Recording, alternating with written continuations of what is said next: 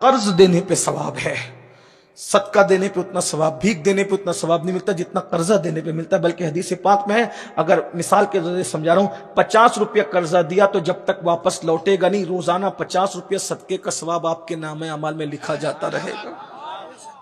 कर्जा देने लगो, और जो कर्जा लेते हैं वो अदा नहीं करते ना, इसीलिए कर्जा देने का सिस्टम बंद हो गया।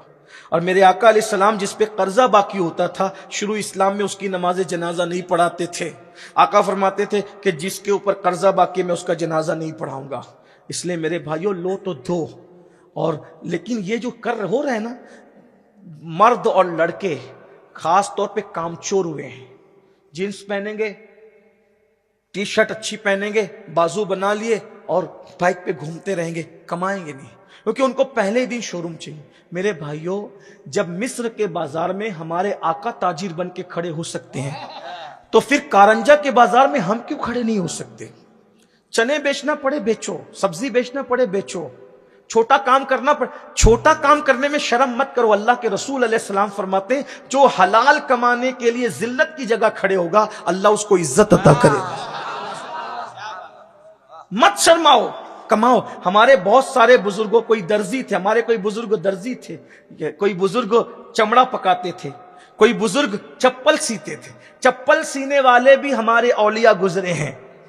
बल्कि आपको अगर नहीं पता है, बात आगे बढ़ रही है, लेकिन अगर नहीं पता है तो आपकी मालूमात के लिए बता दूं कि एक हैदराबाद में कुतुब थे, कुतुब, और वो चप्पल सिला करते थे। और हमें शर्म आती है। और औरंगजेब को मुहिम दरपेश थी, और बादशाहों की आदत थी, चूंकि पहले ऐसे लोग पैदा नहीं हुए थे जो वलियों से रोका करते थे, तो बादशाह लोग क्या करते थे, दो काम। बड़ी मुहिम मुसीबत की आई, जो जमीन के ऊपर वली है उससे भी दुआ लेते थे, और जो जमीन के अंदर वली उससे भी दुआ लेते थे। हैदराबाद के किले पे रोज हमला हो रहा है, हमला हो रहा है, हमला हो रहा है, लेकिन वापस आ रहे, सुबह जाते शाम को आते हैं। औरंगजेब 2 रकअत पढ़ करके रोने लगे, कहने लगे, अल्लाह मेरी मदद कर, कोई ऐसा बंदा बता दे जो दुआ करे और मेरा काम हो जाए। औरंगजेब, तुम खुद क्यों डायरेक्ट दुआ नहीं कर रहे हो? औरंगजेब जानते हैं कि सबकी दुआ बराबर बराबर नहीं है। खुदा सबकी सुनता है, लेकिन सबकी बराबर नहीं है, क्योंकि वहां फौरन करंट वाली दुआ चाहिए थी, क्योंकि किला फतेह करने का इससे पता चला जहां ताकत हार जाती है वहां दुआओं से काम चलता है। इसलिए हमें 2 चीजों के सहारे आगे बढ़ना चाहिए। एक अपनी मेहनत हो, और मेहनत के पीछे किसी की दुआ हो। निरी मेहनत भी काम नहीं आती, निरी दुआ भी काम नहीं बनाती। पहले काम मेहनत करो, फिर पीछे दुआ करो। मेहनत और दुआ साथ साथ चलते हैं तो फिर बद्र में कामयाबी नसीब होती है।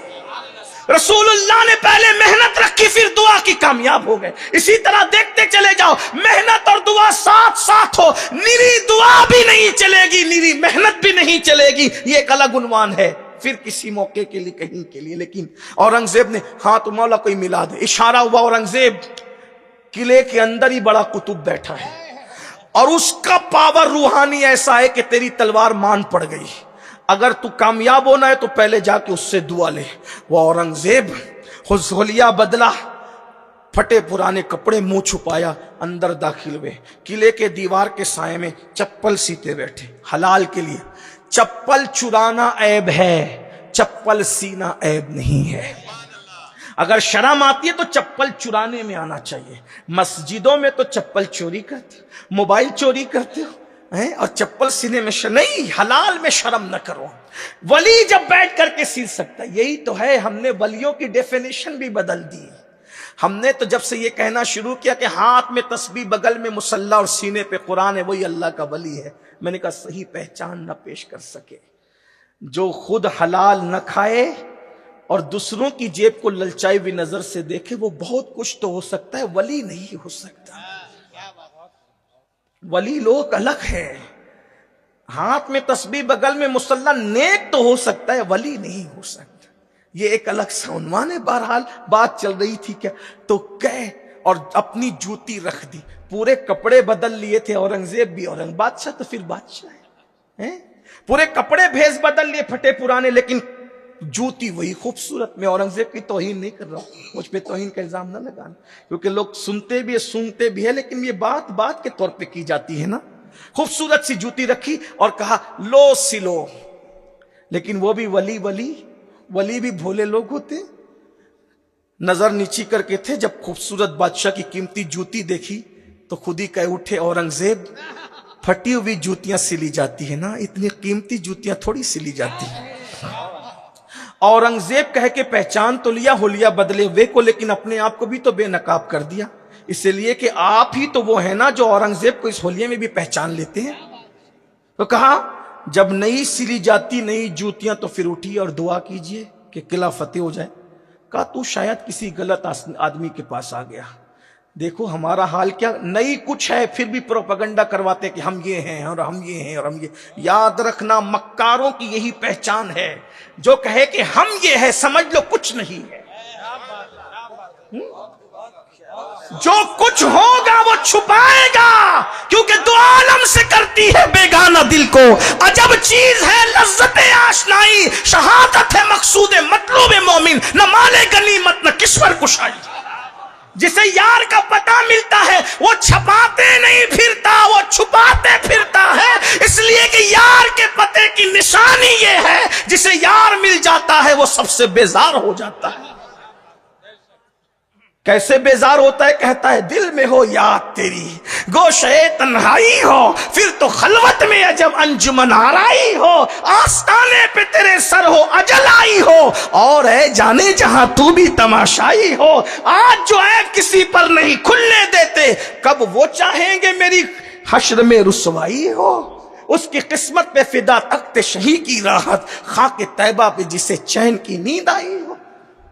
वो तन्हाई चाहता है, जिसे यार में समझ लो गड़बड़ है, जो अपने आप को कुछ कह रहा है। ये पहचान है अहलुल्लाह की, उसके पास एजेंट नहीं होते, वो प्रोपेगेंडे वाला नहीं होता, वो तो छुपने वाला होता है। एक अलग गुनवान ये भी, क्या हो रहा है? तो गलत आदमी के पास गलत फहमी हुई तुझे, मैं चप्पल सिलने वाला बंदा, मैं तेरे लिए दुआ करूंगा तो बादशाह का। औरंगजेब को पहचान तो लिया ना, जिसकी नजर ये हो मैं जान गया वो कौन है। आप दुआ करते हैं या नहीं? अगर ना दुआ की तो क्या करोगे? आज छुपे पड़े हो ना इस जूती सिलने के पर्दे के पीछे, पूरे हैदराबाद में ऐलान करा दूंगा कि कुतुब बैठा हुआ है, फिर छुपते रहिए, वो भीड़ लगवा दूंगा कि दुश्वार हो जाएगा शोहरत करा। इस धमकी से वली डर गया, मेरी तशहीर न कर मैं दुआ करता। सोचे तो सही, हम सोचते मेरी तशहीर कर, और वहां वो मेरी तशहीर न कर। छुपने का इतना शौक है, क्यों? जिसे यार मिलता है वो छुपाई करता है। मोती सच्चा हमेशा सीप में छुपा हुआ होता है, और कसाईयों का गोश्त हमेशा लोगों के सामने आया होता है। मोती हमेशा सीप में मिलेगा, गोश्त तो कभी सीप में नहीं मिलेगा। अल्लाह का वली कह रहा है मेरी तशहीर न कर, मैं अभी दुआ कर। हाथ उठाए, अल्लाह कामयाबी अता कर, जा कल सुबह हमला करना, इंशाअल्लाह कामयाब होगा। और सुबह हमला किया तो तलवार के साथ दुआ भी थी, ताकत के साथ दुआ, और जो हमला किया है एक ही हमले में हैदराबाद का किला फतेह हो गया। अब औरंगजेब को तलाश थी तो उसी वली की, जिसकी दुआ से ये मिला, जरा उसको तो मिले, बड़ी खिदमत करेंगे। इधर किला फतेह हुआ, वो सामान उठाया कंधे पे रखा, और हमेशा के लिए यूं गायब हुए कि कभी औरंगजेब को उसका पता ही न चला। ये अल्लाह वाले हैं। तो बात क्या कर रहा था मैं, कि अल्लाह ने जंग का ऐलान किया है, जो सूद लेते भी है और देते भी हैं। इसलिए न लो न दो, कितना भी मुश्किल आ जाए, लेना भी नहीं देना भी नहीं। आज तो लोग शादी के लिए भी लेते हैं, ना लेना न लेना न लेना, सब्र करो। और एक बात कहूं, दूसरों के दरमियान इज्जत पाने के लिए अल्लाह को नाराज मत करो। तो सूद लेने देने वालों से अल्लाह ने जंग का ऐलान किया। नंबर 2, जो वली से दुश्मनी करे, अल्लाह ने उसके साथ भी ऐलान जंग किया है, और वली की शान में बयान कर चुका उस पर। और तीसरी बात, जो तन्हाई में गुनाह करे, अल्लाह ने उसके साथ भी जंग का ऐलान किया है। अब बताओ तन्हाई हमारी कैसी है? तो याद रखो, अल्लाह फरमाता है हुक्मरानों के सामने गिड़गिड़ा कर बिगड़ी नहीं बनेगी।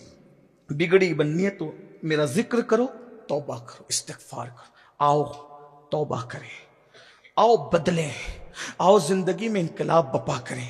सूद की बात आई है तो मैं भी सूद से मुताल्लिक ही तौबा का जिक्र करता हूं और बात पूरी कर दे। इन उलमा ने बड़ा करम किया, बेचारे बढ़वाते ही रहे, लेकिन मैं भी थोड़ा इनके हौसले पे आगे बढ़ता रहा। थोड़ा सा टाइम आप दे दे मुझे, मैं सूद के हवाले से ही तौबा की एक हिकायत बयान करता हूं अपने अल्फाज के जामे में। कहते हैं कि बसरा में एक सूद खोर रहता था। बसरा में एक सूद खोर सूद। अब अल्लाह उससे कितना नाराज है, सूद खोर को आप जानते हैं ना? हाँ, सूद खोर को, वो सूद खोर रहता था। सूद खोर पर सुन ले, अभी आप बेचैन ना हो, तवज्जो है आपकी, सबकी तवज्जो। सूद खोर पर शबे कद्र में भी अजाब नाजिल होता है, कब्र में। इमाम इब्ने हजर ने लिखा अज़्ज़वाजिर में कि रमजान शरीफ में तो सबकी कब्रों से अजाब उठ जाता है, लेकिन सूद खोर पे शबे कद्र में भी मैंने अजाब होते हुए देखा। ये सूद खोर है, तौबा कर लो। अल्लाह का कोई ऐसा बंदा गुनहगार आया है जो सदा लगा रहे तौबा, बदल जाओ, मौत आने से पहले बदल जाओ, अपनी जिंदगी में इनकलाब पैदा कर लो। अल्लाह ने तकदीर में लिख दिया है, जो मिलना है वो मिल करके रहेगा। हलाल कमाओ, मेहनत करो, कोशिश करो, कसब करो, अल्लाह तकदीर बदलने वाला। एक बात कहूं, अरे तकदीर की लोग बात करते हैं, हम तकदीर पे ईमान लाने वाले लोग हैं। हर लम्हा करोड़ों मर्तबा मोमिन की तकदीर बदली जाती है।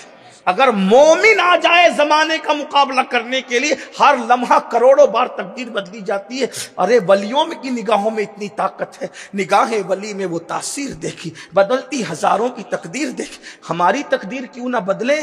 हम तो सैयदुल अंबिया के गुलाम हैं, हमारा ताल्लुक तो मदीने वाले मुस्तफा जान रहमत से है। अरे जिनकी मर्जी से तकदीर बदलती है, उनके इशारों की शान क्या होगी? तो बहरहाल वो सूद खोर था, उसका नाम हबीब था, बड़ा सूद का धंधा था उसका, और सूद खाते खाते दिल सख्त हो जाता है। अब ये तकरीर होती है ना, लोग बदलते क्यों नहीं, मैं बताऊं आपको।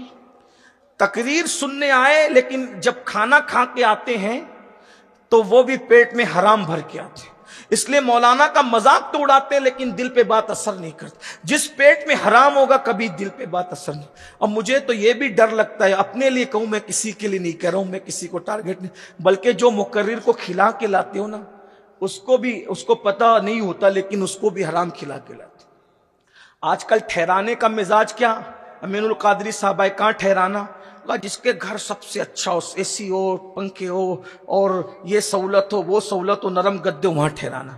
ये नहीं देखते मुंतजिमीन कि हलाल है कि हराम है, बस वो खुश हो जाना चाहिए। अरे मेरे भाई, गद्दे मत देखो, यहां के कमेटी के लोग ऐसे नहीं है, लेकिन गद्दे मत देखो, ये देखो कि हलाल है कि नहीं है। मैंने कभी किसी इमाम के घर में मुझे ठहराते नहीं देखा, कोई काउंसिलर के घर में, कोई कारपोरेटर के घर में, कोई मुतवल्ली साहब के घर में। हालांकि हर काउंसिलर कारपोरेटर हराम खाता, ऐसा नहीं कह रहा हूं, लेकिन देखो तो सही। और अगर मुझे ठहराएंगे भी तो बेचारे, अब इमाम का मस्जिद का उजरा इतना सा 10 बाई 10 का, और उसमें दूर जाना इस्तिंजा के लिए, तो मेरे भी माथे पर शिकन, कहां ठहरा, आइंदा आनी नहीं आना करंजा, मैंने तो वहीं जाना ना जहां एसी अपन। मेरे भाई, ये एसी है, यही एसी हराम की एसी कब्र में आग का सबब बनेगी। मिजाज बदलो। हमारे सरकार मुफ्ती आजम, हमारे मुजाहिद मिल्लत, हमारे हाफिज मिल्लत, हमारे मुश्ताक अहमद निजामी, हमारे, अरे खुद इसी कारंजा का वो बतले जलील, जिसकी मेहनतों को बरार कभी फरामोश नहीं कर सकता, मुफ्ती आजम बरार, मुफ्ती अब्दुल रशीद रहमतुल्लाहि ताला अलैह हैं, जिसने साइकिलों पर, जिसने पैदल देहात देहात भाइयों, नजरानों के सिस्टम तो आज है। वो मर्द कलंदर बच्चों को, मदरसे के बच्चों को लेके उस वक्त तो फिरा इस देहातों की सुन्नियत के लिए, जब कोई किसी को कुछ देने वाला नहीं था। लेकिन अफसोस, मेरी कौम वो एहसान फरामोश है कि हमेशा चलती हुई गाड़ियों को सलूट करते हैं, उड़ते हुए सूरज को सलूट करते हैं। बड़े हालात हैं। ये मुफ्ती अब्दुल मजीद हो, मुफ्ती गुलाम मुस्तफ़ा साहब हो, और भी बुजुर्गों में नहीं जानता, हमारे भाई हाफिज अब्दुल मोहम्मद अमीन रज़वी साहब हो, ये किसके शागिर्द हैं? ये उसी मर्द कलंदर के शागिर्द है। बड़ी माजरत के साथ कारंजा और बरार वालों कहूं, मेरे दिल की ये चुभन है, मैं कह रहा हूं, किससे पहले भी कहा था, उस कलंदर को तुमने आखिरी उम्र में तावीज बेचकर अपना गुजारा करने पे मजबूर किया है। अल्लाह की अदालत में क्या जवाब दोगे? नचनियों पर तो तुमने लुटाया है, लेकिन अपने इतने बड़े मुफ्ती आजम को तुमने आखिरी उम्र में वो दिन दिखाए कि उन्होंने तावीज़, जब वो तावीज़ का ऐलान करते थे मुझ पे घड़ों मनो पानी गिरता था। ये मेरी कौम का हाल है कि मुफ्ती आजम वक्त को भी तावीज़ बेचने की जरूरत। ये तुम कौम की खिदमत करते हो, नचनियों पे लुटाओगे, नात खानों पे लुटाओगे, और जिसने तुम्हारी सुन्नियत के। देखिए, अगर कारंजा में ये हजारों का मजमा है तो इसमें कहीं ना कहीं मुफ्ती आजम बरार की मेहनत है? एक शख्स ने कहा कि मेरे बाप ने तो 2 साल मेहनत की लेकिन पौधे नहीं आए, मैंने तो 6 महीने मेहनत की पौधे आ गए। तो किसी मुफक्किर ने कहा वो 2 साल भी ऐड कर, है वो 2 साल भी ऐड कर, इसलिए कि 6 महीने में पौधा नहीं आता। वो 2 साल का बीज बोया हुआ ही तेरे पानी देने पर सामने आया है। अगर आज मुफ्ती अब्दुल मजीद की मेहनतों से ये हजारों का मजमा है तो इसमें कहीं ना कहीं पर्दे के पीछे मुफ्ती आजम बरार की मेहनत है और भी दीगर बुजुर्गों की। लेकिन हमने अपने बुजुर्गों की कद्र नहीं की, हम नाकदरे लोग हैं। हमने तो आर्टिस्टों की कद्र की है, अल्लाह वालों की कद्र कब की है?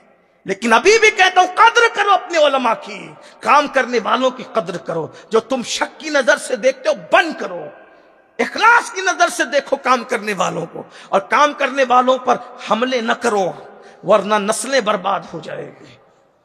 बहरहाल बात कर रहा था, क्या मैं एंड की तरफ जा रहा था, बीच में बात निकल आई। तो वो हबीब नाम था, सूद खोर था, दिल सख्त हो गया था। एक दिन सूद का भत्ता वसूली करने के लिए वो अपने घर से निकला। बात इसी तरह होती है, रंग मत दूसरा देना। नन्हे नन्हे बच्चे खेल रहे हैं, बच्चों ने आते देखा हबीब को तो कहने लगे हटो हटो हटो, हबीब सूद खोर आ रहा है, उसके पैरों का गुबार हम पे पड़ेगा, अल्लाह नाराज ना हो जाए, हटो।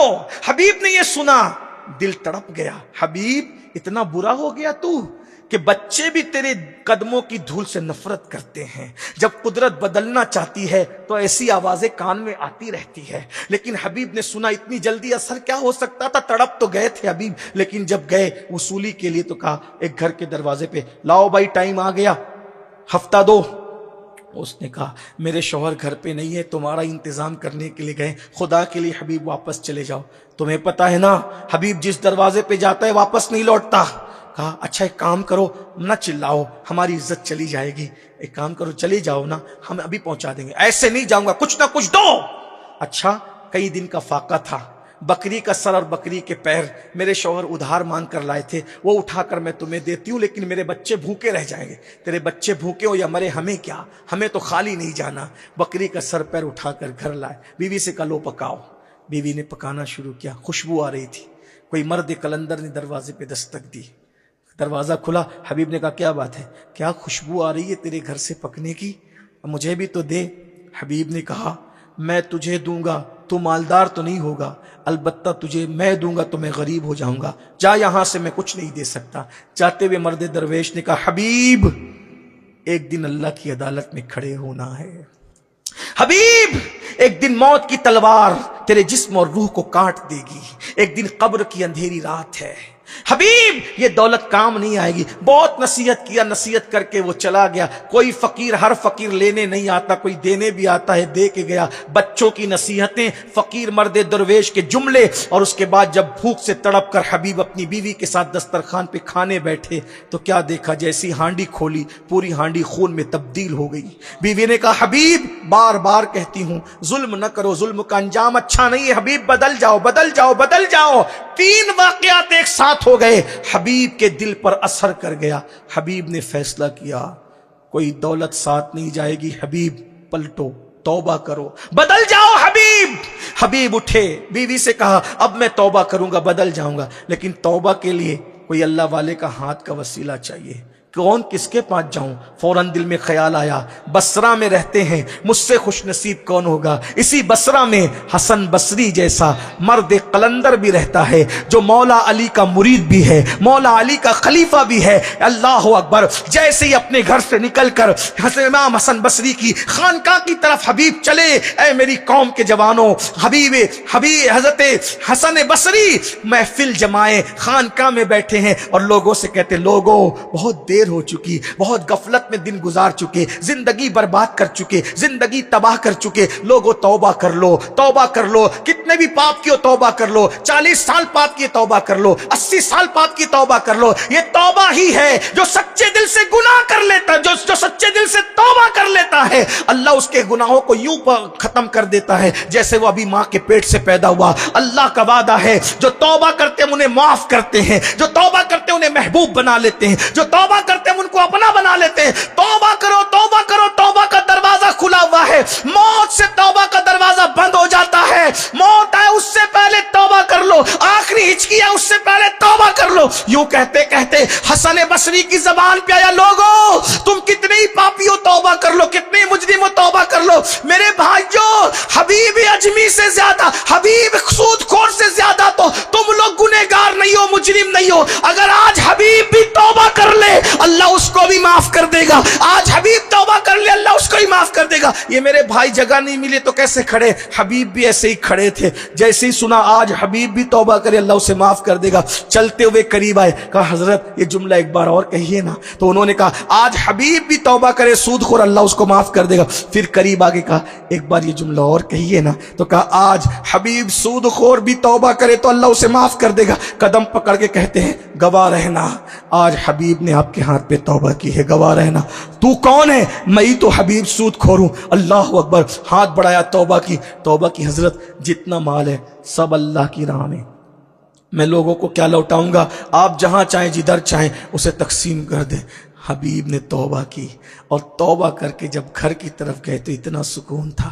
दौलत न थी लेकिन सुकून था, माल न थी लेकिन सुकून था, क्योंकि गुनाहों का बोझ हबीब के सर से उतर चुका था। ये तौबा ही है जो इंसान को एक लम्हे में गुनाहों से पाक कर देती है। अभी तक वो बच्चे खेल ही रहे थे, खेल ही रहे थे। हबीब घर की तरफ जाने लगे, उन बच्चों में से किसी बच्चे ने कहा हटो हटो हटो, हबीब अल्लाह का हबीब बनकर आ रहा है। हटो हटो, हबीब अल्लाह का हबीब बनकर आ रहा। हबीब ने अल्लाह अकबर इतना सुना तो कहा मौला तुझसे गद्दारी की थी तो लोग नफरत करते थे, आज मैंने तौबा क्या कर ली है।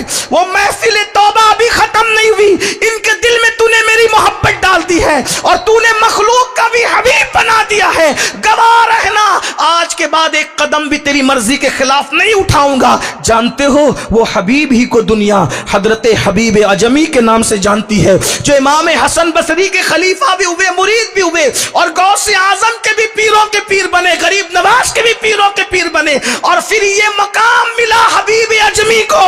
एक मर्तबा मगरिब की नमाज पढ़ाने के लिए खानका में खड़े हुए। अजमी इसलिए कहते थे कि फन के मुताबिक बहुत अच्छा कुरान नहीं पढ़ते थे, इसलिए अजमी कह रहा, लेकिन गलत भी नहीं पढ़ते थे। लहन जली वगैरह नहीं था, लेकिन उतने खूबसूरती से नहीं पढ़ते थे तो लोग उनको अजमी कहते थे। इमाम हसन बसरी आए, उन्होंने नमाज शुरू कर दी तो इमाम हसन बसरी ने सोचा ये तो अजमी है, मैं इसके पीछे क्यों नमाज पढ़ूं, मेरा मुरीद भी है, मेरा मुरीद है, अजमी है। नहीं पढ़ी नमाज। उस रात ख्वाब में खुदा का जलवा देखा ख्वाब में, तो पूछा रब ने क्या मांगते हो हसन? अर्ज़ की मौला तेरा कुर्ब खास चाहता हूं और जितनी इबादत कर चुका उसकी कबूलियत चाहता हूं। इरशाद हुआ मौका तो दिया था, तुमने फायदा न उठाया। अर्ज़ की वो कैसे? कहा अगर आज मेरे हबीब के पीछे नमाज पढ़ लेते तो जो चाह रहे थे हम वो सब कुछ तुम्हें अता कर देते।